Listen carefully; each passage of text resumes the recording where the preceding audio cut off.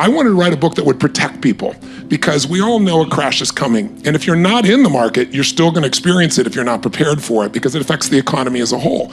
And every 5 years we have, on average, we have a bear market or a crash. And it lasts a year and it drops 33%, but every single one of those, you don't lose any money unless you sell. And it's really important for Americans to understand this, because America's unique. In 2.5 centuries, every crash is followed immediately by an explosion up in a bull market. So you all remember 2008. You remember the market, dropped almost 50% from peak to trough, if you're aware of it. But from March 9th, a day or two from now was the celebration of it, it went up in the next 12 months, 69%, and it's been going up ever since for 250%. So you get really wealthy when those numbers change. So what I want to do is free people from the fear, not by enthusiasm or positive thinking, but by facts. The facts are there's a correction every year. You shouldn't be surprised when the market corrects. Last January was the worst opening in the history of the stock market, and we had a record-breaking year. People lost $2.2 trillion if they sold, but if they stayed, they went nowhere. So when you know that every single year there's going to be a correction. Now, a correction, by the way, means it drops 10 up to 20% from the peak. A bear market or crash is 20% or more.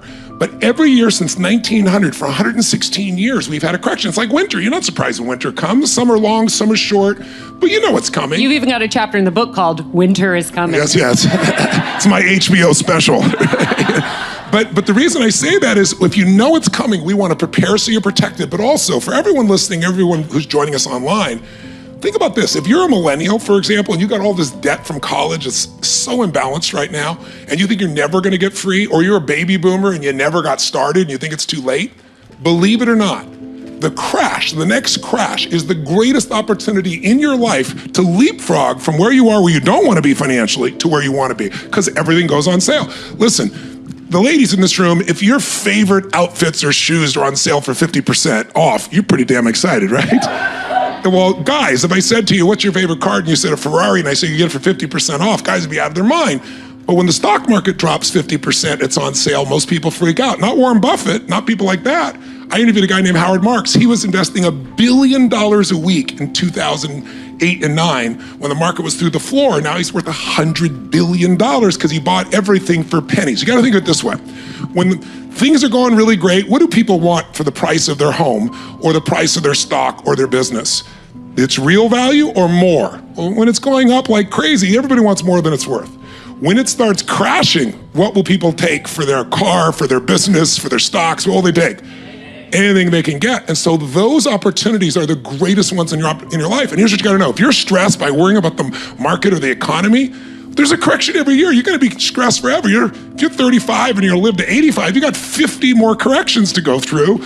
And a bear market comes every 5 years, so you're gonna have 10 more bear markets in your life. Time to stop being stressed. Time to become unshakable, which simply means you have a plan. You know what's going on. You're not fearful because you know how this works long term, and you're not going to be taken advantage of. You're going to take advantage of the environment. And what is the value of risk for an entrepreneur? Like the ability to take risk? It's everything. It's part of my DNA. It's just like I'm constantly every day trying to challenge myself, to push myself to take risk, whether it's in my personal life, pushing myself to new environments, trying new things, and why do you do that? Meeting new people. It helps me grow. I grow as an individual. Every time I try to do something that scares me, I just afterwards, it empowers me. I feel like I've learned something, I've grown, I've learned about a new culture, I've learned about a new person. I always feel like I can learn something new from someone, no matter who they are, so, and then with ideas, I just love, I'm not afraid to fail. For me, there's nothing more powerful than creating something, and if it's going wrong, solving, okay, let's pivot, let's figure out why it's not working, and continuing until, we actually have built something that people, see value in and has grown. And when something does work, the reward of seeing people come together for one thing and everyone kind of believing in that mission and believing in that idea and believing in it, it's just there's nothing more rewarding. To me, that's it's best moments of my life have been when I've taken a big risk and I've seen it come to fruition. And it's gone from this idea to people, to people like, you know, making it reality.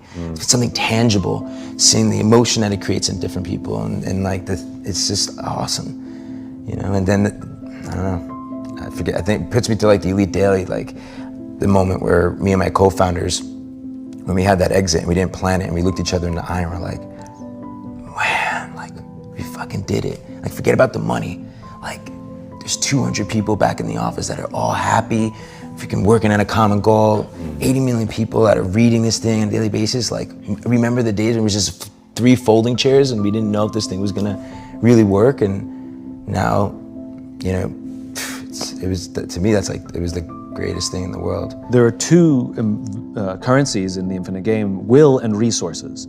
Resources is money. You need money to stay in the game, but you need the will of the people as well. And the problem is that when we organize to win, that means the score is more important than the inspiration and motivation that people have to give their blood, sweat, and tears. And when we prioritize resources before will, that's a problem. I've never met a CEO that doesn't believe their people are important. The problem is where on the priority list. You know, you've been to any number of presentations where they put their priorities on the wall. You know, number 1, growth; number 2, shareholder value; number 3, our customer; number 4, our employees. There it is. See, I do care about our people. And the reality is, as social animals, we want to work for and we're willing to give our blood, sweat, and tears to leaders who understand that the balance of those 2 essential currencies, the balance of those 2 things is will has to come before resources.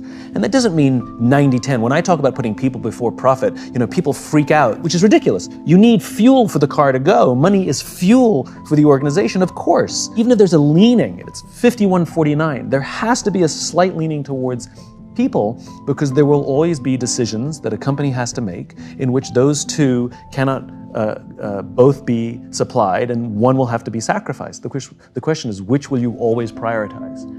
Let me give you a hypothetical example to make my point.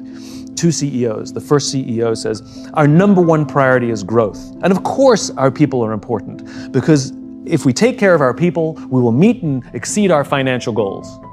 Second CEO says, our number 1 priority is our people. And if we take care of our people, we will always meet and exceed our financial goals. Which one would you rather work for? I mean, it's obvious, right? It's obvious.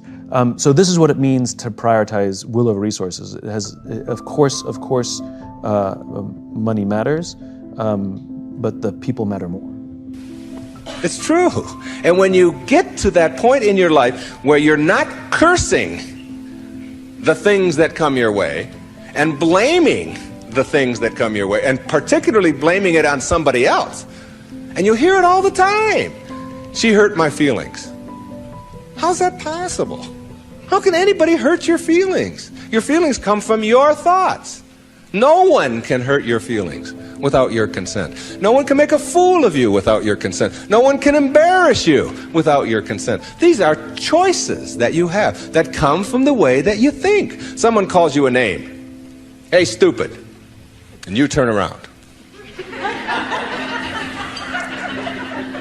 I didn't even tell anybody I was coming. How did they know that, all right?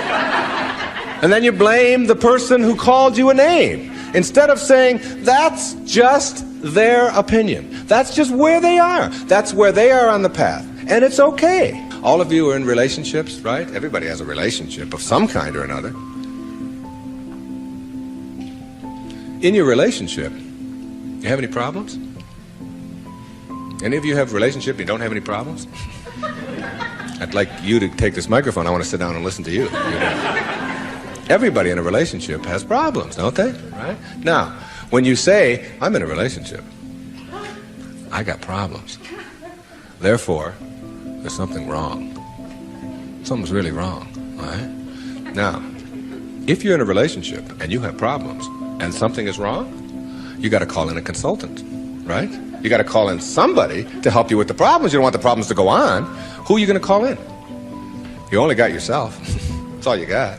You might get a therapist once in a while, but they got worse problems than you do. The only consultant who can help you with your problems is you. And who is that consultant that you're calling in? We've already established that there's something wrong with that person, right? Something wrong.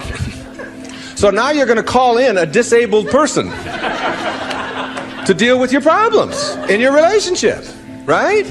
Now, this is a really sick approach to curing your problems. You got somebody who says, we got a problem. You don't talk to me, and I didn't talk to you, and you came home late last week, and this week I called you, and you didn't call, and I was supposed to call you, and then you didn't do it, and how can you do that? Now, this is the consultant you're calling. Excuse me, will you come in and help us? I don't know if I can help you or not. I didn't come home. That's the person you got to deal with your problems. All right? Now, what you can do is you can change all of that around. You can say, I'm in a relationship. We got problems. There's nothing wrong with that. That's the way things are. You know, my problem is that you are different than I am. And you think differently than I do. And you behave differently than I do. And you smell different than I do. And you have all of these attitudes over here that I don't have. Nothing wrong with that. That's the way it is. When two people get together in a relationship, you don't have two people becoming one. If you do that, then what you end up with are two half persons. Who wants a half a person in a relationship? You always are single. Even if you're married and and involved in relationship forever, you're still always single. You're still always you. Your unique, special, perfect self that is not trying to love,